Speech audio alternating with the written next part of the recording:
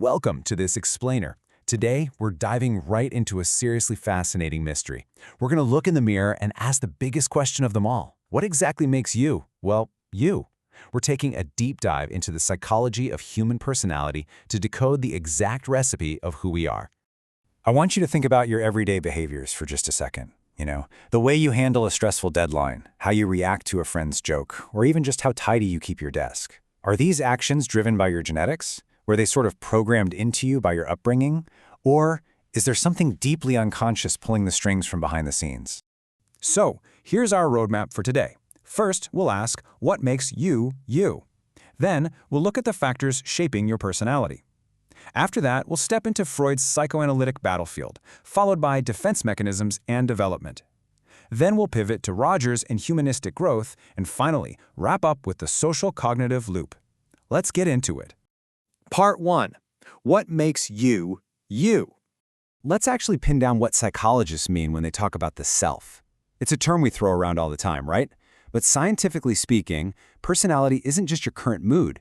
It is your unique, stable pattern of thoughts, feelings, and behaviors. And here's the kicker. It persists over time and across completely unpredictable situations. It's those deeply ingrained internal factors that make your behavior relatively consistent from one year to the next and fundamentally different from the person sitting right next to you. Moving to Part 2. Factors shaping your personality. Now that we know what personality actually is, that persistent, unique pattern, let's look at the incredible mix of raw ingredients that blend together to create it. Because trust me, you aren't just a product of one single thing. It's a massive cocktail of influences. Biologically, we're talking about inherited traits like your baseline intelligence and temperament, plus brain mechanics and hormones that are actively regulating your behavior. But then you layer on cultural conditioning, the norms and values passed down to you. Add in your social and family dynamics, like the table manners you learned at home or even your birth order. And finally, the physical environments you navigate every single day. And honestly, the dynamic between nature and nurture here is absolutely fascinating. It's like a giant puzzle. Your genetic material provides the raw baseline, the physical traits, the neural mechanisms, but those biological factors simply cannot shape your personality all on their own. They need experience. It's your cultural environment, your social interactions, and your personal beliefs that ultimately permit or limit the expression of those biological traits. All right, Section 3, Freud's psychoanalytic battlefield.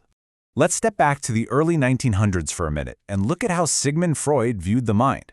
He saw it as this dynamic, deeply turbulent energy force, and it's brilliantly illustrated by his legendary iceberg metaphor. He proposed that our awareness operates on 3 different levels. The tiny tip of the iceberg above the water?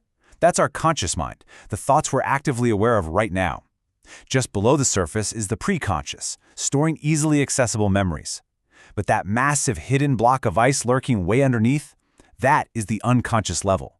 It's filled with selfish needs, violent motives, and irrational wishes that disguise themselves and constantly try to push their way up to the surface. So, the absolutely crucial point here is understanding the constant internal war happening between those levels. Freud argued that our behavior is the direct result of 3 parts of the mind constantly battling it out. First, you have the id, which is basically screaming, I want to do that right now. It's driven purely by biological pleasure and immediate gratification. Then you have the superego, acting as your super strict moral compass, saying, no, it's not right to do that. And caught squarely in the crossfire is the ego. The ego is the rational peacekeeper, desperately trying to find some realistic compromise between your primitive desires and society's strict rules. Which brings us to Part 4, defense mechanisms and development. Freud believed that when the disagreement between that demanding id and the strict superego gets too intense, the ego experiences massive anxiety. So it has to actively protect itself. This is where defense mechanisms come in. These are essentially unconscious processes that rely on self-deception. Take rationalization, for example. This is when you cover up the true reason for an action by inventing a perfectly logical, yet entirely false excuse. Or denial, completely refusing to recognize a clear, anxiety-provoking reality that is painfully obvious to everyone else around you. 2 more really fascinating ones are repression and displacement. Repression is when your mind literally blocks a threatening feeling or a shameful experience, just burying it deep in the unconscious so you don't have to deal with it. Displacement, on the other hand, is when you take your unacceptable anger out on a much safer target. Like getting yelled at by your boss and then coming home and snapping at your roommate. We unconsciously use these mechanisms to reduce our anxiety by disguising our true impulses. Now, all these internal struggles build into Freud's developmental timeline. Freud was convinced that your personality is entirely forged in the very first few years of life. He proposed that kids pass through psychosexual stages, where pleasure-seeking energies focus on distinct zones of the body. You start with the oral stage from 0 to 18 months, move to the anal stage of potty training control up to 36 months, then through the phallic and latent stages, and finally the genital stage from puberty onward. Here's where it gets interesting. Freud argued that if a conflict isn't resolved during one of these stages, like if a child is undergratified or overindulged, they develop what he called a fixation.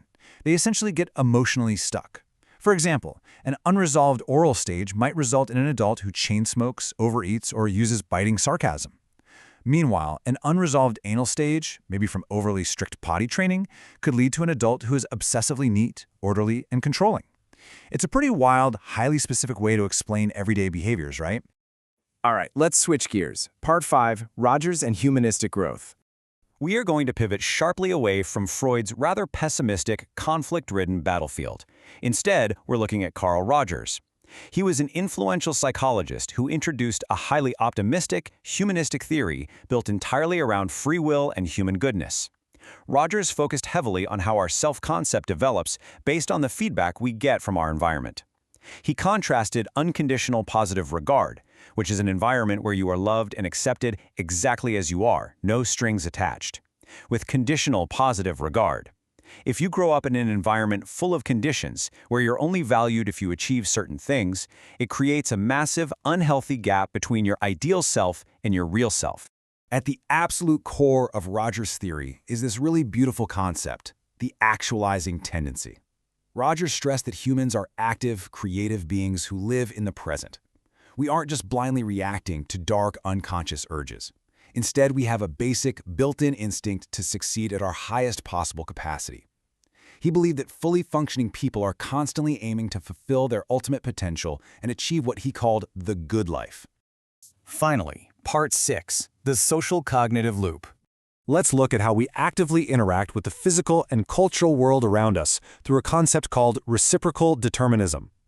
This framework steps away from purely internal struggles and shows us that personality is absolutely not a one-way street. Yes, your personal cognitive factors and your physical environment absolutely shape your behavior. But it's an interactive triangle. Your distinct behaviors and your unique personality traits actively push back and alter the environment you are in. You influence your culture just as much as your culture influences you. So, as we wrap up this explainer, I want to leave you with this. We've explored the raw biological ingredients you inherit, Freud's unconscious battles raging beneath the surface, Carl Rogers' boundless view of humanistic potential, and the interactive social cognitive loop. When you look at the recipe of you, what do you think? Are you simply a product of your genetic past and early childhood, or are you the active, conscious architect of your own future? Think about it and keep exploring the incredible psychology of you.